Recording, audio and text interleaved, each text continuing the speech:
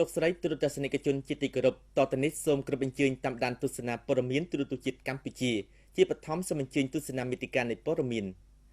ព្រះករុណាព្រះបាទសម្ដេចព្រះបរមនាថព្រះមហាក្សត្រជាទីសក្ការៈដ៏ខ្ពង់ខ្ពស់បំផុតសពព្រះចរិតីព្រះព្រះជាទានព្រះម្ចាស់ក្សត្រីស៊ីសវត្តស៊ីលវីយ៉ាដឹកនាំគណៈប្រតិភូចូលក្រាបថ្វាយបង្គំគាល់ជាបន្តសូមគោរពអញ្ជើញតាមដានទស្សនាព័ត៌មានពិស្ដាព្រះករុណាជាអង្គម្ចាស់ជីវិតត្បូងព្រះបាទសម្ដេចព្រះបរមនាថព្រះមហាក្សត្រនៃព្រះរាជាណាចក្រកម្ពុជាជាទីសក្ការៈដ៏ខ្ពង់ខ្ពស់បំផុតព្រះអង្គបានសពព្រះរាជហឫទ័យប្រវិជ្ជទានព្រះអង្គម្ចាស់ក្សត្រីស៊ីសវត្តស៊ីលវីយ៉ាយាងដឹកនាំគណៈប្រតិភូសមាជិក Rotary Club ភ្នំពេញលោកសុងទូល Fernandez ប្រធានក្រុមហ៊ុនទេសចរនិងលោកស្រីចូលក្រាបបង្គំគាល់ទូលថ្វាយអំពីសកម្មភាពការងារនៅព្រះមហាប្រាសាទខេមរិនក្នុងព្រះបរមរាជវាំងវេលាព្រឹកថ្ងៃទី19ខែកុម្ភៈឆ្នាំ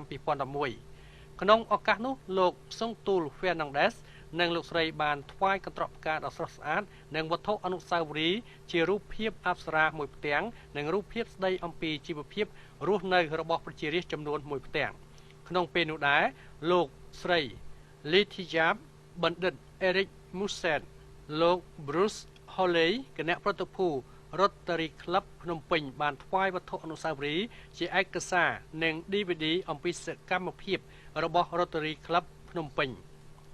ព្រះករុណាជាអង្គម្ចាស់ជីវិតត្បូងជាទីសក្ការៈដ៏ខ្ពង់ខ្ពស់បានសពព្រះហឫទ័យប្រវិជ្ជទានវត្ថុអនុស្សាវរីយ៍ដ៏មានតម្លៃខ្ពង់ខ្ពស់បង្ហាញអំពីភាពរុងរឿងនៃវិស័យវប្បធម៌សិល្បៈរបស់ប្រជាជាតិខ្មែរចំពោះលោក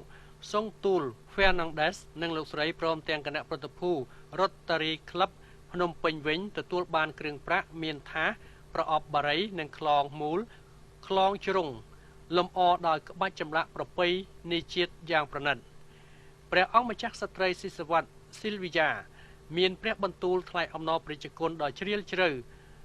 ថ្វាយព្រះករុណាជាអង្គម្ចាស់ជីវិតត្បូងជាទីសក្ការៈដ៏ខ្ពង់ខ្ពស់ព្រះអង្គសពរាជហឫទ័យប្រវិជ្ជទានព្រះអង្គម្ចាស់ក្សត្រីបានយាងដឹកនាំគណៈប្រតិភូចូលក្រាបបង្គំគាល់ក្នុងឱកាសដ៏ថ្លៃថ្លានេះដើម្បីថ្វាយប្រពរនិងទូលថ្វាយអំពីសកម្មភាពដែលបានជួយប្រជារាស្ត្រកម្ពុជាក្នុងពេលកន្លងមក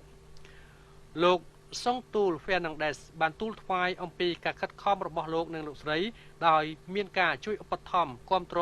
ពី Rotary Club ភ្នំពេញបានដំណើរការសាងសង់ផ្ទះឈើបានចំនួន105ខ្នងជូនប្រជារាស្ត្រទីទ័លក្រ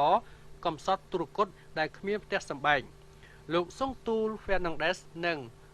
Rotary Club ភ្នំពេញបានកសាងផ្ទះជូនប្រជារាស្ត្រនៅជើងឯកក្នុងខណ្ឌដង្កោរាជធានីភ្នំពេញនិងជួយប្រជារាស្ត្ររស់នៅភូមិចំនួន3ក្នុងខេត្តសៀមរាបដើម្បីបងប្អូនបានរស់នៅក្នុងភាពសមរម្យនិងជាការចូលរួមដង្ហែតាមព្រះសកម្មភាពសង្គមគិច្ចមនុស្សធម៌ដកដងឧត្តមរបស់ព្រះករុណាព្រះមហាក្សត្រព្រមទាំងព្រះករុណាព្រះរាជបិតាជាតិខ្មែរនិងសម្ដេចព្រះរាជបិតាជាតិខ្មែរជាទីសក្ការៈដ៏ខ្ពង់ខ្ពស់កន្លងមកព្រះអង្គបានប្រោសព្រះរាជទានព្រះអំណោយជាផ្ទះនិងព្រះសមិទ្ធផលដ៏វិសេសវិសាលគ្រប់ផ្នែកក្នុងនិគមមាននៅរាជធានីភ្នំពេញនិងតាមបណ្ដាខេត្តលោកបានទូលថ្វាយផងដែរអំពីការខិតខំតាក់ទាញនៅភ្ញៀវទេសចរគ្រប់ជាតិសាសន៍មកទស្សនាប្រាង្គប្រាសាទនានាក្នុងព្រះរាជាណាចក្រកម្ពុជាដើម្បីចូលរួមចំណែកក្នុងកិច្ចអភិវឌ្ឍសង្គមជាតិយើងមានព្រះអង្គការសំណេះសំណាលក្នុងឱកាសនោះព្រះករុណាជាអង្គម្ចាស់ជីវិតត្បូងជាទីសក្ការៈដ៏ខ្ពង់ខ្ពស់បានសពព្រះហឫទ័យចូលរួមអបអរស្វាគមន៍ដោយសេចក្តីកោតសរសើរដ៏កក់ក្ដៅចំពោះលោកស្រីសុងទូល Fernandez និង Rotary Club ភ្នំពេញមានសេចក្តីអាណិតស្រឡាញ់ប្រជារាស្ត្រកម្ពុជាបានរួមសហការល្អក្នុងការកសាងលំនៅឋានជូនបងប្អូនជួបការលំបាកក៏ដូចជាការខិតខំលើកកម្ពស់វិស័យទេសចរដ៏សំខាន់នេះ គឺជាការចូលរួមចំណែកធ្វើឲ្យជីវភាពរស់នៅរបស់ប្រជារាស្ត្រនិងការអភិវឌ្ឍនៅកម្ពុជាកាន់តែមានដំណើរការជឿនលឿនថែមទៀត។